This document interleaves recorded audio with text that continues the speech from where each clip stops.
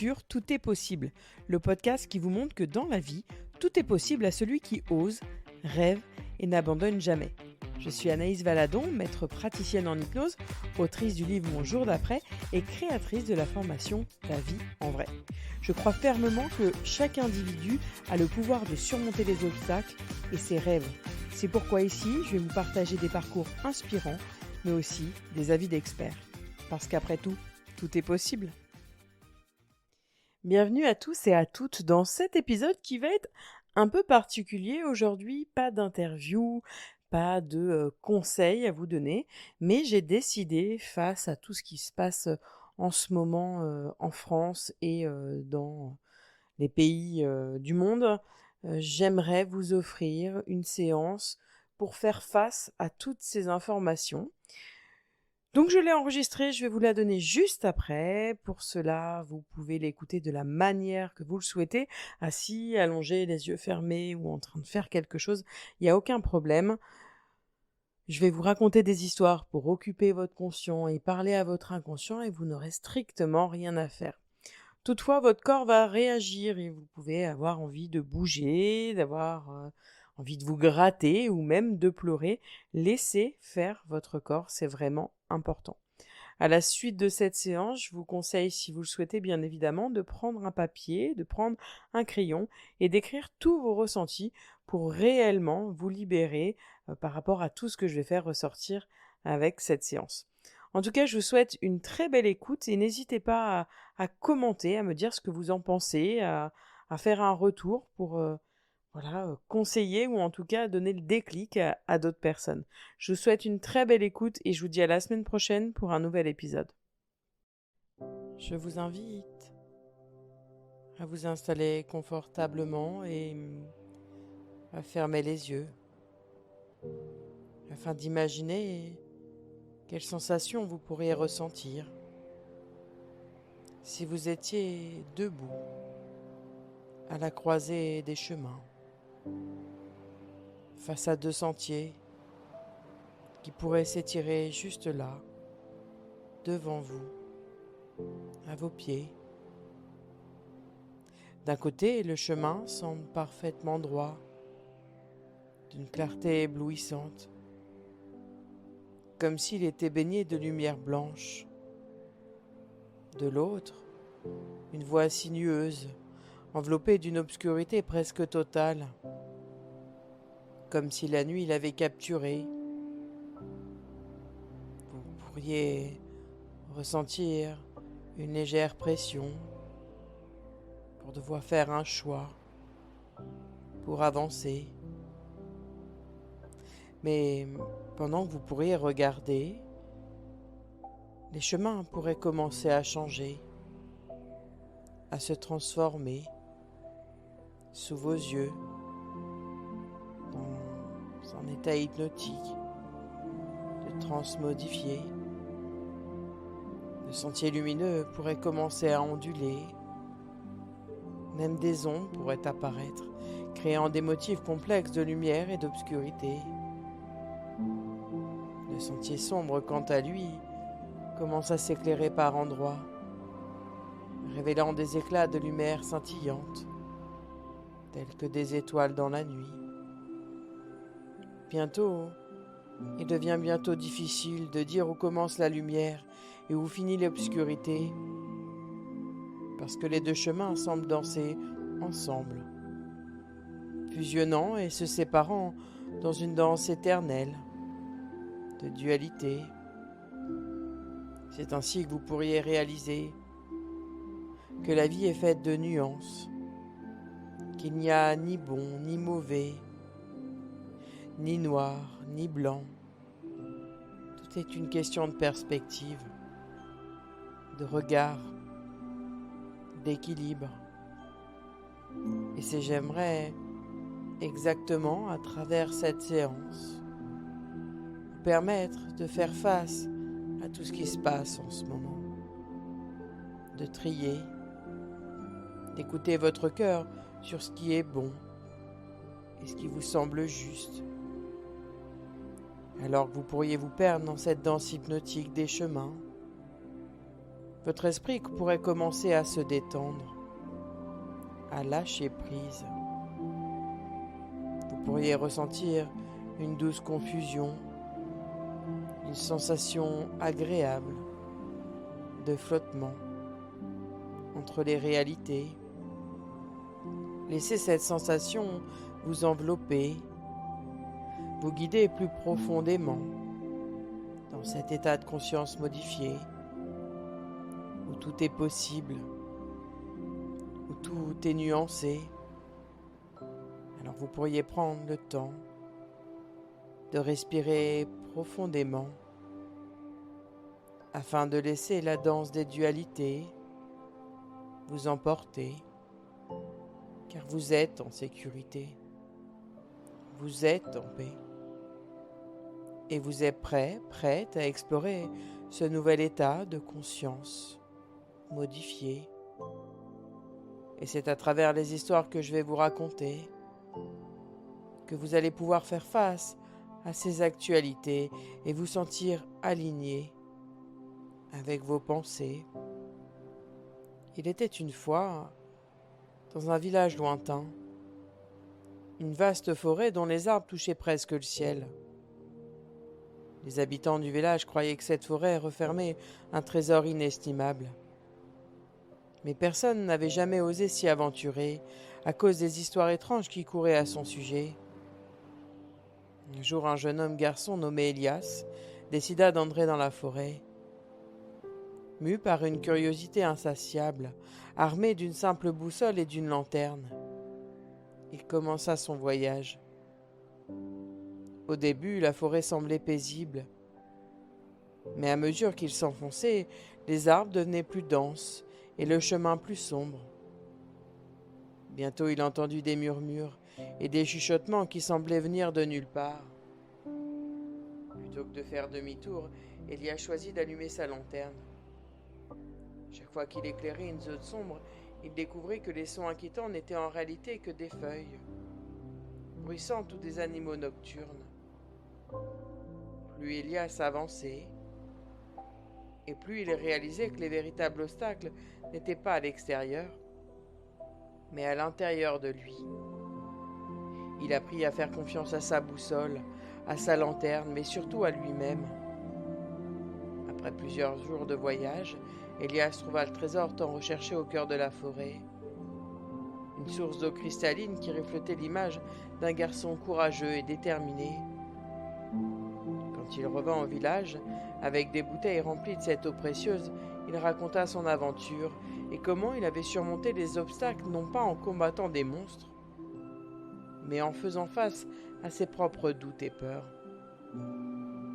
Et parfois, un voyage, peut-être la métaphore d'une recherche intérieure. Et je ne sais pas si vous aussi, vous pourriez prendre le temps instantanément de faire face à vos propres peurs. Dans un royaume lointain, au milieu d'une vaste plaine, poussait une fleur unique, qu'on pourrait appeler Léana. Contrairement aux autres fleurs robustes et vigoureuses de la plaine, Léana était délicate et fragile. Ses pétales étaient fines comme du papier de soie et brillaient sous la lumière du soleil. Les autres fleurs se moquaient souvent d'elle, lui disant qu'elle ne survivrait jamais aux tempêtes et aux hivers rigoureux. Mais Léana possédait un don que les autres fleurs n'avaient pas. Elle pouvait ressentir les changements subtils dans l'air et entendre les murmures du vent bien avant que les autres ne le remarquent. Un jour, un vent violent souffla sur la plaine, annonça une terrible tempête. Grâce à sa sensibilité, Léana sentit que cette menace bien avant les autres.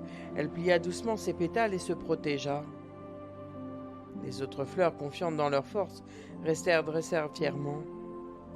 La tempête arriva, dévastatrice, et emporta nombre d'entre elles. Lorsque le calme revint, Léana, grâce à sa délicatesse et sa sensibilité, est l'une des rares fleurs encore debout. Les fleurs restantes, en voyant sa résilience, reconnurent la valeur de sa sensibilité et comprirent que chaque fleur, qu'elle soit robuste ou délicate, à sa propre force, à sa propre beauté. Parfois, notre force cachée et notre sensibilité. Et si, à travers tout ce qui se passe en ce moment, vous pourriez accepter d'avoir de la sensibilité pour pouvoir la transformer et en faire une force. Dans un petit village niché au pied d'une montagne, 2 artisans, Jules et Théo, étaient célèbres pour leurs sculptures sur bois. Jules avait le don de sculpter des détails incroyablement fins, tandis que Théo excellait dans la création de structures solides et robustes. Un jour, le maire du village leur lança un défi: construire ensemble le plus grand et le plus magnifique totem que le village ait jamais vu. Emportés par l'enthousiasme, ils acceptèrent. Au début, Jules et Théo travaillèrent séparément, chacun s'appuyant sur ses propres forces. Mais ils rencontrèrent bientôt des problèmes. Jules, avec ses détails fins, voyait son travail s'effriter, car il manquait de structure. Théo, de son côté, créa une base solide, mais sans ornementation, ce qui la rendait terne. Frustrés par leur impuissance individuelle, ils étaient sur le point d'abandonner. Mais une nuit, une vieille femme du village leur rend visite et leur dit: « Votre force ne réside pas dans ce que vous pouvez faire seul, mais dans ce que vous pouvez accomplir ensemble. » Prenant ces paroles à cœur, Jules et Théo décidèrent de combiner leurs talents. Théo construisit une base solide pour le totem et Jules y ajouta ses détails délicats. Ensemble, ils créèrent une œuvre d'art magnifique, symbole de collaboration et d'unité. Et parfois, face à des défis apparemment insurmontables, il est souvent bénéfique de s'unir à d'autres. L'impuissance ressentie individuellement peut être surmontée grâce à la collaboration et la complémentarité des talents. Alors, si vous vous sentez impuissant, impuissante face à la situation, peut-être pourriez-vous faire équipe pour vous sentir utile. D'ailleurs, dans un vaste désert, il y avait un oasis verdoyant où vivaient de nombreuses espèces d'oiseaux. Parmi eux, Azura, un magnifique oiseau bleu, était célèbre pour son chant mélodieux. Cependant, à cause de la couleur éclatante de ses plumes, un groupe d'oiseaux verts envieux décidèrent de s'emparer de son nid, arguant qu'il ne se fondait pas bien dans le paysage. Sans abri, Azura se retrouva confrontée à la dureté du désert. Mais plutôt que de chercher vengeance ou de se lamenter sur son sort, il décida de voyager et d'apprendre des chants d'autres régions. Avec le temps, sa mélodie devient plus riche et variée, capturant les essences de tous les territoires qu'il avait traversés. Les voyageurs, en entendant son chant, étaient attirés vers l'oasis. Fascinés par la beauté d'Azura et touchés par son histoire, ils construisirent pour lui un perchoir majestueux au centre de l'oasis. Les oiseaux verts, voyant la reconnaissance et l'admiration qu'Azura recevait, comprirent leur erreur. Ils lui rendirent son nid, non pas par obligation, mais par respect pour son esprit résilient et sa capacité à transformer l'adversité en beauté. Oui, chaque situation d'apparence négative peut se transformer en opportunité de croissance, de reconnaissance. Quant à Maxime, il était passionné de cinéma. Chaque semaine, il se rendait dans sa salle préférée pour découvrir un nouveau film. Un jour, il se retrouva devant un film atypique intitulé « Les Fils du Destin ». Au fur et à mesure que le film avançait, Maxime s'identifiait profondément au protagoniste. Un jeune homme confronté à de nombreux défis qui échappaient à son contrôle. À chaque fois que le héros essayait d'intervenir, la situation empirait. Maxime ressentait une grande profonde frustration. Partageant l'impuissance du personnage principal, il avait l'impression de regarder une projection de sa propre vie sur l'écran. À un moment crucial du film, le héros se retrouva face à un miroir. les larmes aux yeux, cherchant désespérément une solution. C'est alors qu'une vieille femme, un personnage secondaire jusqu'alors, se glissa à ses côtés et lui murmura : « Ce n'est pas toi qui écris le scénario, mais c'est toi qui choisis comment le vivre. » Cette phrase résonna profondément en Maxime. Il réalisa que, tout comme le héros, il n'était pas toujours en mesure de contrôler les événements de sa vie. Cependant, il avait le pouvoir de choisir comment réagir face à ces situations, et surtout, comment se sentir à leur égard. Lorsque les lumières de la salle se rallumèrent, Maxime se sentit libéré d'un poids. Il comprit que la culpabilité qu'il ressentait pour des choses qu'il ne maîtrisait pas était inutile. Désormais, il s'efforcerait d'accepter qu'il ne pouvait pas changer et de concentrer son énergie sur sa propre réaction et sa propre perspective. Oui, nous ne sommes pas toujours maîtres des événements qui se produisent dans la vie, mais nous avons le contrôle sur la manière dont nous les interprétons, dont nous réagissons. La prise de conscience à travers un film permet parfois de mettre en lumière une idée que l'on s'était cachée, et parfois c'est à travers l'actualité que l'on fait face à sa propre impuissance. Quant à Lila, elle était une artiste au talent multiple. Elle avait la capacité rare de faire rire les gens, de les émouvoir par sa voix et de les captiver par sa danse. La scène était son monde, et chaque performance était une nouvelle occasion de briller. Son réalisateur, Marc, voyant en elle un potentiel commercial énorme, la poussait constamment à la perfection. Il voulait que chaque spectacle soit grandiose, chaque note soit chantée, soit parfaite, et chaque mouvement de danse soit précis. Le public, habitué à ces performances époustouflantes, avait également des attentes élevées. Mais avec le temps, Lila commença à ressentir le poids de ses attentes. Elle passait des heures à répéter, se critiquant constamment, et même lorsqu'elle était hors scène, le stress ne la quittait pas. La joie qu'elle trouvait autrefois dans sa passion, qu'elle avait été remplacée par la peur de ne pas être à la hauteur. Un soir, après une représentation où sa voix avait légèrement flanché, elle s'effondra en coulisses.